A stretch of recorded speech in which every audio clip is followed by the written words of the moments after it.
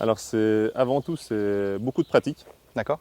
C'est vrai que pour une personne non initiée, ça peut être compliqué de différencier des essences. Mhm. Après, j'ai envie de dire, c'est le même principe que pour une voiture. Moi, je sais qu'une voiture, Oui, c'est un moteur, des pédales et un volant.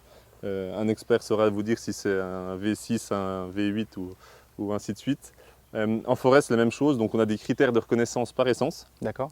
Euh, comme ici, on peut voir que c'est majoritairement un sapin. Un sapin, vous retrouvez un petit épicéa au milieu. D'accord. On reconnaîtra le sapin à une écorce plus blanche, plus craquelée. Sachant qu'après, en fonction des régions, euh, on peut avoir des Les différences différences. entre des différences marquées entre les écorces. Le terroir joue un grand rôle Un dans rôle la. un peu comme le vin finalement. C'est ça, tout Ouais. à fait. On retrouvera les mêmes caractéristiques. Et quand tu parles de vin, c'est ce qu'on verra tout à l'heure sur des forêts feuillues, Mhm. euh, qui sont utilisées notamment, une partie des qualités des bois qui sont utilisées pour la production de mérins, D'accord. donc de planches à tonneaux. On verra que ça a été démontré que le terroir avait un goût sur le vin. D'accord. Donc aujourd'hui, on est sur le même principe en résineux. On retrouve notamment les différences de terroir en résineux au moment du sciage. Mhm. On aura, en fonction de l'origine du bois, on aura ce qu'on appelle l'ouverture. C'est la qualité de la planche qui va être faite dans le bois. On aura des ouvertures différentes en fonction de la provenance. Donc C'est ouverture, c'est-à-dire aussi la résistance mécanique, c'est j'imagine? ça, tout à fait. La D'accord. résistance mécanique, Ouais. la présence ou non de nœuds. D'accord.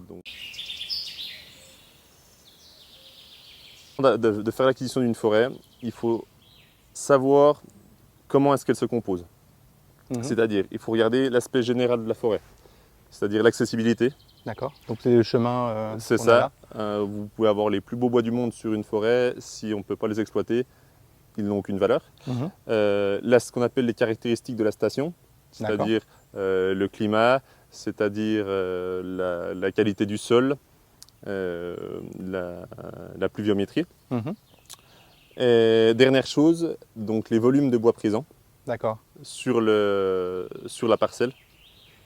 Parce que c'est ça, le gros facteur de différenciation se fait au niveau du volume de bois présent sur la parcelle. Aujourd'hui, on considère des sols forestiers, la valeur du sol forestier entre 500 et on va dire 2000 euros par hectare, sauf région, sauf cas particulier, D'accord. notamment Ouais. dans le nord de la France. Et après, c'est vraiment la quantité de bois présent sur la parcelle qui fait son prix. Aujourd'hui, l'optimum pour acheter une forêt, c'est d'avoir ce qu'on appelle un inventaire pied par pied, D'accord. c'est-à-dire l'inventaire de tous les bois par essence et par diamètre Mhm. qui sont présents sur la parcelle.